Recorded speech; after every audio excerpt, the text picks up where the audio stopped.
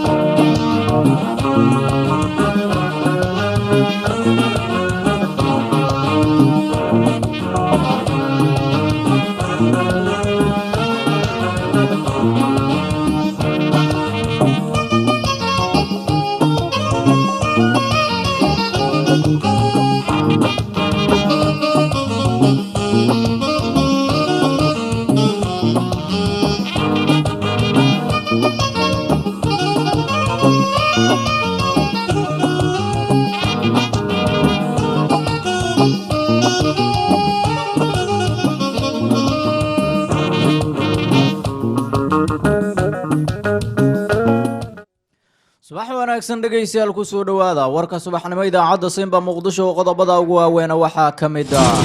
faahfaahin dheeraad ah ka soo baxaya dagaal xooggan oo saaka ka dhacay gobolka Shabeellada Dhexe saraakiil ka socota Itoobiya ayaa maanta ku sii jeeda magaalada Kismaayo dowladda Soomaaliya ayaa ka digtay in al-shabaab ay weeraro ka geystaan deegaanada maamulka Galmudug Jubbaland ayaa fariin adag u dirtay dowladda Soomaaliya kuna eedeysay dhibaateynta shacabka Jubbaland madaxweynaha maamulka Koonfur Galbeed Soomaaliya ayaa fariin u diray ciidanka dowladda Soomaaliya howlgallada ka wada Shabeellada Hoose saraakiisha dowladda Soomaaliya gobolka Galgaduud ayaa war ka soo saaray ammaanka magaalada Dhuusmareeb mid ka mid ah ugaasiyada sida weyn loogu yaqaan deegaanada maamulka Jubbaland ayaa taageeray Axmed Madoobe wararka dibadda warkeena ku maqli doontaan waxaa ka mid ah madaxweynihii hore ee dalka Suudaan ayaa la maxkamaday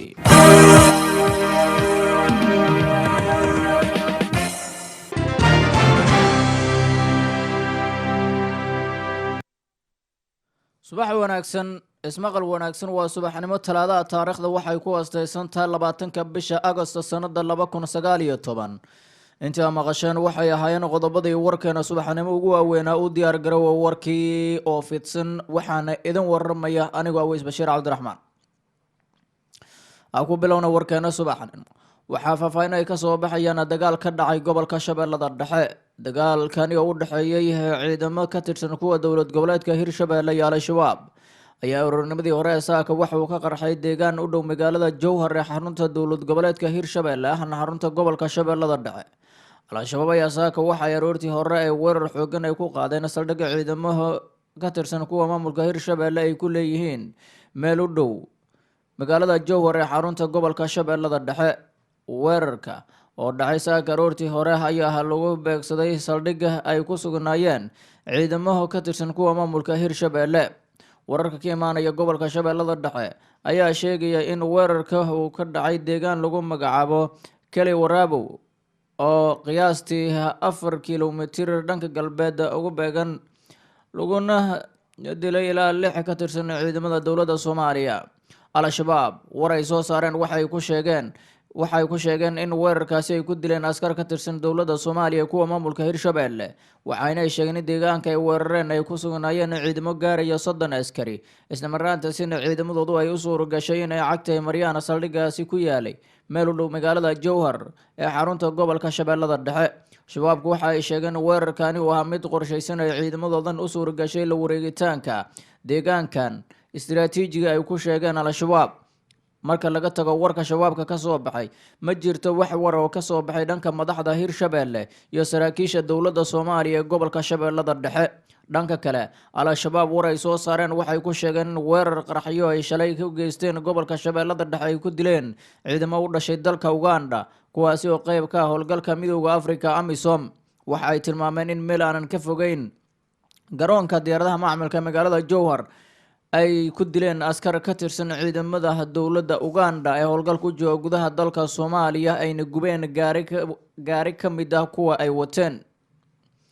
waxaa muddooyinkii ugu dambeeyay gobolka Shabeellada Dhexe ku soo badanaya weerarada gaadmada Al-Shabaab ay ku qaadaan fariisimaha ciidamada dowladda iyo kuwa AMISOM oo inta badan ay weerarada dhabagaalka Al-Shabaabku ay la bartilmaameedsadaan kaasi oo khasaare ka soo gaara ciidamada Uganda iyo ciidamada kale ee ka howlgala gobolka Shabeellada Dhexe. waxaana maamulka Hirshabeelle ilaa haatan warar uusan ka soo saarin weerarada ugu dambeeyay Shabaabku ay ka geysteen gobolka Shabeellada Dhexe. dowladda Soomaaliya ayaa waxa ay ka digtay in Al-Shabaab ay weeraro ay ka geystaan deegaanada maamulka Galmudug. Yaxya Ciise Xuseen ayaa warkan soo koobaya. ciidamada maamulka Galmudug ee ku sugan magaalada Dhuusamareeb ee dhawaan dowladda Soomaaliya ee isku dhaftay ayaa waxaa looga digay in ay dulduleelo ka helaan Al-Shabaab isla markaana ay weeraro ka geystaan deegaano ka tirsan gobolada Galgaduud iyo Mudug oo ka arrimiyo maamulka Galmudug.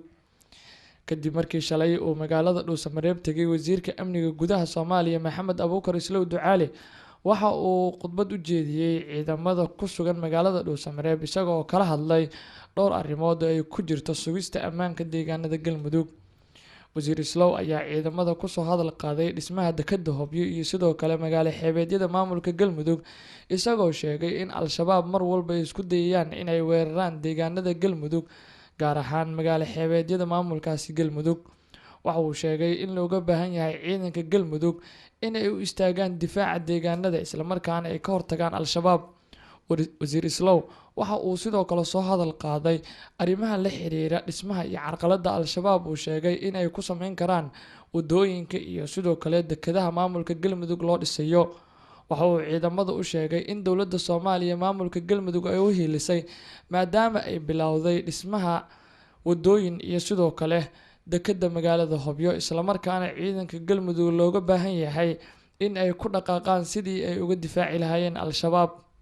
ciidamada qalabka sibaqeedahooda kala duwan in 4 degmo maahan ee Galmudug inta kale gacantooda ku jirto insha Allah waxaan rajeynayaa mar dhow 4daas degmada gacanta aan ku wada dhigno anaga wada socono anagana hareerihiina soconeena ma idinka daba marmeeno meel kan ku harmeeno waa idin daba soconeena insha Allah haduu Ilaahay yiraahdo diyaaraan nahay inaan nafteena u qadino dalkeena hooyo waxa ogaataa halka xuriyada wadanka waxa soo gaarsay rag dhalinyaro ah oo idinka naga yara 13 su'aal ka soo bilaabatay xuriyada hadda aan haysanay ay ku yimaadeen marka duu qof naftiisa u horin horumar la gaari maayo marka inteena waxaa la rabaa inaan nafteena u qadano qaranka Soomaaliyeed si jiilka naga dambeeyay nolol fiican ugu roon cadowna lagu xoreeyo intaas kadib waxaan yimid dalka Soomaaliya gaar ahaan magaalada Muqdisho caasimadeena wafdi ka socda dowladda Qatar uu hogaaminayo ra'iisul wasaare ku-xigeenka ahna wasiirka arrimaha dibadda sidoo kale wafdiga waxa la socda wasiiro badan waxaana kamid ahaa wasiirka dekedaha isgaarsiinta dalka Qatar iyo wasiiradeena Maryam Qaasim waxay ku dhawaaqeen in dekedda Hobyo sidoo dhaqso badan loo bilaabi doono haduu Ilaahay subhanahu wa ta'ala marka waa u jeedaa dowladda Soomaaliyeed si gaar ayay ugu hiilasay deegaankan ama maamul goboleedkan Galmudug marka Galmudug waxa la rabaa in dadkan gacmaha is qabsataan dowladana laga shaqeeyo cadowgana lagu xoreeyo haduu Ilaahay yiraahdo midna ogaada cadowga haduu arkin horumar laga gaaray wadanka Soomaaliya meel kasta tahay wuxuu isku dayaa inay weerar ku soo qaadaan dekedaas waxa dhici karta inay carqalayaan marka waxa la rabaa anaga inaan difaaceeda diyaar u noqono ama shaariicsi ku horgal lahayd mar hadda deked heshaan haduu Ilaahay yiraahdo wax badan laga heli doonaa. dhawaan ayay ahayd markii maamulka Galmudug la sheegay inuu bilaabayo dhismaha dekedda magaalada Hobyo isla markaana gacan ay ka geysanayso dowladda federaalka Soomaaliya oo kaashanaysa dowladda Qatar. waxaana shalay Muqdisho soo gaaray ra'iisul wasaare ku-xigeenka dalka Qatar kaas oo u yimid sidii loo bilaabi lahaa dhismaha dekedda magaalada Hobyo iyo mashaariic kale oo ay ka taageerayaan dowladda federaalka ee Soomaaliya. aad uga mahadsantahay Ciise. Jubbaland ayaa fariin adag u dirtay dowladda federaalka Soomaaliya kuna eedeysay dhibaateynta Jubbaland. Maxamed Cabdullaahi Raage. waqti kooban ayaa ka haray codbixinta doorashada madaxtinimo ee dowlad goboleedka Jubbaland waxaana weli muuqatay isfaham darro ku aadan hanaanka doorashada in ay ka dhex taagan tahay madaxda Jubbaland iyo dowladda federaalka Soomaaliya.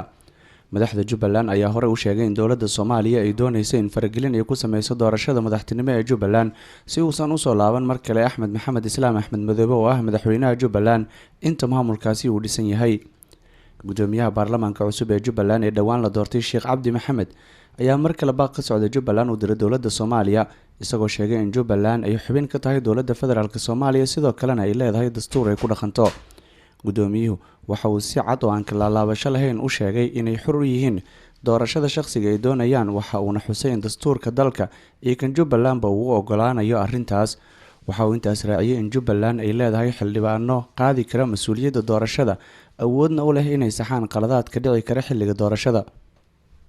dowladda federaalka ah waxaan u sheegayaa annaga waxaan ka mid nahay dowladda federaalka ah Soomaali baan nahay laakiin waxaan leenahay dastuur dowladda federaalka waxaan dhahayaa dastuurka inaga dhaxeeya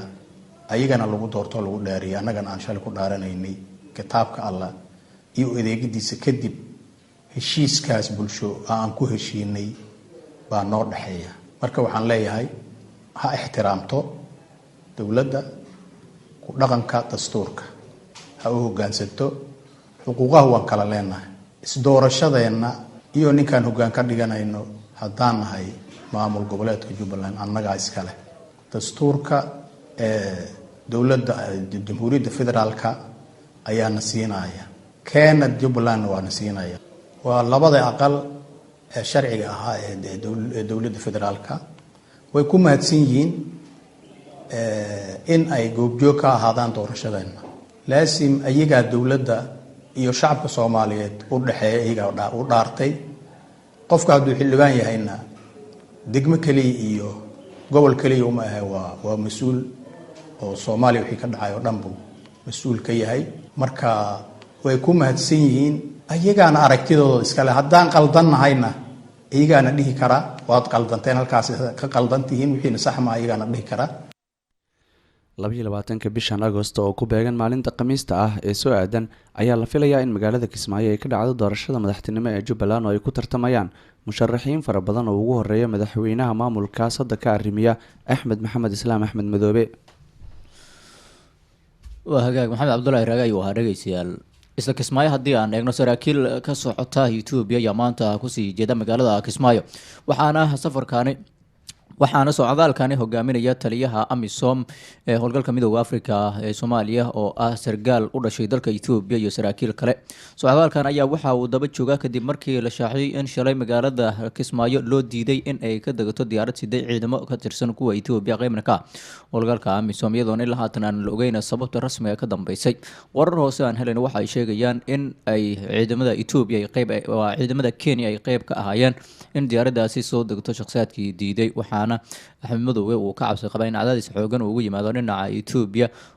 oo haatan taageero xoogan u muujinaysa dowladda federaalka Soomaaliya madaxweynaha maamulka Jubbaland ayaa waxa uu cadaadis xoogan uu kala kulmaya beesha caalamka kadib markii uu ka waayay wax taageero oo la xiriira dhinaca doorashooyinka ha yeeshee waxa xusin mudan in doorashadaasi aysan waxa kada aysan gelinin baaqyada ka imaanaya beesha caalamka iyo dowladda federaalka Soomaaliya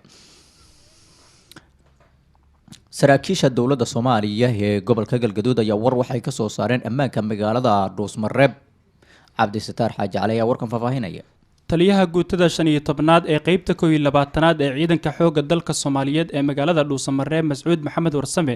ayaa sheegay in ciidankii dhawaan la isku dhafay ee fadhigeedu yahay magaalada Dhuusamareeb ay sare u qaaday qorshaha sugidda amniga ee ka dhaxeeya ciidanka kala duwan ee xoogga dalka Soomaaliyeed iyo kuwa ahlu sunna waxa uu sidoo kale sheegay in amniga magaalada Dhuusamareeb waqtiga hadda la joogo uu yahay mid aad u wanaagsan isagoo oo sheegay in arintaasi ay sabab u tahay wada shaqaynta u dhaxaysa ciidanka isku dhafka ah ee ku sugan magaalada Dhuusamareeb waxaana uu mahad celiyay saraakiisha ciidanka xoogga dalka qaybta 15aad ee qaybta 12aad ee ciidanka xoogga dalka Soomaaliyeed ugu dambeyn waxa uu farin u diray ergooyinka ku soo qulqulaysa magaalada Dhuusamareeb iyadoo dhawaan halkaas lagu qaban doono shirka dib u heshiisiinta Galmudug isagoo ka codsaday ergada in shirka dib u heshiisiinta sidoo loogu talagalay ay u soo xaadiraan isagoo oo tilmaamay in goobtii lagu qaban lahaa shirka dib u heshiisiinta ay tahay mid aad u xasiloon ilaa ay maalinkii iyo maanta oo noo soo laabatay waxaa amniga gacanta ku hayay laamaha amniga qaybada kala duwan waxaa Ilaahay subxaanahu wa ta'aala noo suura geliyay inuu amnigii noqdo meeshii la isku hadlay lahaa inuu yahay maanta oo aan joogno amni laisku hadlee karo uu yahay 100% ilaahay waxaan ka rajaynayaa subxaanahu wa tacaala inuu noo sii dhammaystiro markii ay dhacday midnimadii iyo ciidankii loogu sameeyey integrationkii ayadoo markii horeba cadowga khawaarijta uu niga jabsanaa ayuu haddana mar labaad niyaddii kasii hallowday waxaan leenahay marka cadowgii khawaarijta waxaan leenahay almowtu qaadimu lakum maliku mowdkii iyo dhimashadii xaggiin u socota markaan ka bacdi intaan oo garbaha is haysata oo ah ciidankii qaranka Soomaaliya waxay u diyaarsan yihiin mudane wasiir in ay ka sifeeyaan cadowga khawaarijta meelaha ay uga sugan yihiin dowladda gobol galmudug qaybaheeda yartaa oo dhiman waxaan rajaynayaa insha Allah tacaala adinkuna sida aan noo ballan qaadeen inaad garab nagu siinaysiin wayna caddahay sida aad u soo laabanaysiin iyo sida aad u joogtiin oo wasiirada qaarkood ilaa hadda aysan marba bixinba sida wasiirka arrimaha gudaha oo kaleeto iyo adigoo dib nagu soo laabtay waxaan insha Allah tacaala ka rajaynaynaa in qaybaha dhimani aan israacino qolada guddiga dibashiintana waxaan leenahay u fadhiisa salmudug macnaha muggiis amnigii aad ku qaban lahaydeen dibashiinta waa in diyaar walwal ma jiro de meesha Soomaaliya ugu amniga badan ama caalamka amniga badanba waa xaqiiq in wax ka imaanayaan habeenna ka hor ayay ahayd markii ciidamo ku sugan xarunta lagu qabanayo shirka dibashiisiinta ay weerar ku qaadeen ciidamo taabacsan ahlusunna iyadoo arrintaasi sidii loo xalin lahaa halkaasi uu gaaray wasiirka amniga xukuumadda federaalka ee Soomaaliya Maxamed Abuukar Islow Ducaale iyo wafdi uu hogaaminayay waxaana magaalada Dhuusamareeb laga dareemayaa qabanqaabada shirka dibashiisiinta oo baaqday muddo 2 jeer ah madaxweynaha maamulka koonfur galbeed Soomaaliya ayaa ka hadlay howlgallada ciidanka dowladda Soomaaliya ay ka wadaan gobolka Shabeellada Hoose madaxweynaha dowlad goboleedka koonfur galbeed Soomaaliya mudane Cabdicasiis Xasan Maxamed Laftagareen oo warbaahinta kula hadlayay magaalada Baydhabo ee xarunta ku meel gaarka maamulka koonfur galbeed Soomaaliya ayaa waxa uu hambalyo u diray ciidanka dowladda federaalka Soomaaliya ee dagaalkii ugu dambeeyay shabaab ay kaga wareegeen degmada Awdhiigle ee gobolka Shabeellada Hoose iyo deegaano kale oo ka tirsan gobolka Shabeellada Hoose madaxweyne Laftagareen ayaa sheegay in ka maamul ahaan ay garab taagan yihiin ciidanka xoogga dalka Soomaaliyeed ee howlgallada ka wada gobolka Shabeellada Hoose isla markaasina deegaanada ay xoreeyaan dib looga dhisi doono maamulka dowladnimada in la gaarsiin doono gurmad iyo sidoo kale waxyaabaha kale dadka ay u baahan yihiin waxa uu meesha ka saaray in la dayaci doono magaalooyinka ay qabanayaan ciidanka xoogga dalka Soomaaliyeed si degdeg ah loo gaarsiin doono dowladnimada dadka shacabka ah ee laga xoreeyay al-shabaabkan ay heli doonaan xuquuqaadka ay u baahan yihiin oo in muddo aysan helin adeegyada caafimaadka waxbarashada iyo qaybaha kala duwan ee bulshada muhiimka u ah madaxweyne Laftagareen ayaa ugu dambeyntii waxa uu sheegay in koonfur galbeed Soomaaliya ay ka go'an tahay xoreynta deegaanadeeda isla markaasina la arki doono dhawaan koonfur galbeed oo shabaab laga wada xoreeyay howlgalladii ugu dambeysay ku dhimatay degmada Awdhiigle gaar ahaan magaalada tacsiyeeyay wariyihii qaranka oo ninkii dhalinyarada ahaa u fiicnaa oo go'aansaday inuu ka qayb qaato howlgalladaas iyo dib u xoreynta deegaanadaas taariikh fiicanna ku yeeshay runtii taariikhda xusi doontay wariyihii gacal nin wuxuu ahaa dhalinyaro ah qoriga kan wata asaa ka darnaa qorigaha dhan qoriga ugu wanaag watay oo xoreynta deegaanadaas meel kastoo Soomaali joogtana soo gaarsiinaya oo u tacsiyeynaa insha Allah waa la xasuusan doonaa haddii Ilaahay yiraahdo waxaan rajaynaynaa wariyaasha kale oo reer koonfur galbeed oo ayagana joogo iyo ciidamada qaranka sidoo ayagana saasoo kale reer koonfur galbeed meel kastoo joogaan ayagana ay diyaargaroobaan dib u xoreynta iyo gobonimada iyo dowladnimada dadkooda iyo dalkooda koonfur galbeed ay ku dhaydaan saaxiibadooda iyo walaalahooda kale oo habeenkii maalin u taagan xoreyntaas iyo gobonimadaas deegaano iyo degmooyin ka tirsan gobolka Shabeellada Hoose waxaa ka soconaya dagaal xooggan ay wadaan ciidanka kumaantooska Soomaaliya kuwaas oo muddooyinkii ugu dambeeyay al-shabaab ka saaray deegaano muhiim u ah al-shabaabka ku yaalay gobolka Shabeellada Hoose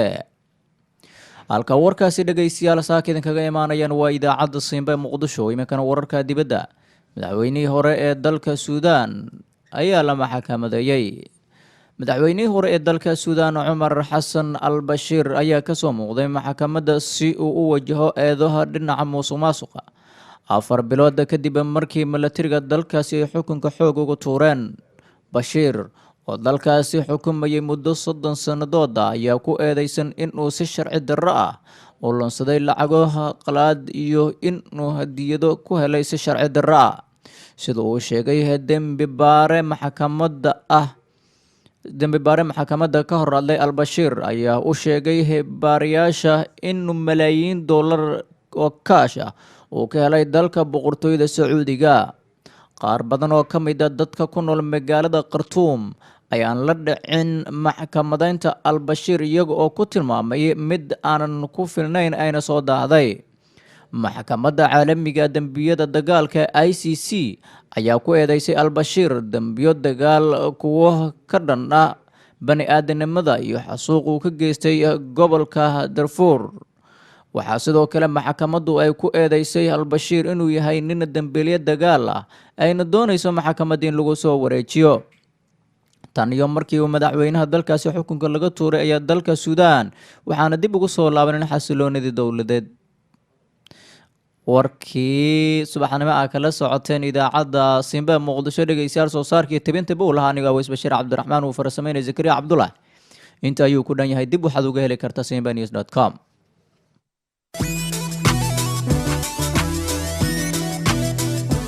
أهلا وسهلا. أسبرني وقرمتي من دبدان بكوكو أوغاي. أنا شل يا إمي. شل ما تمي.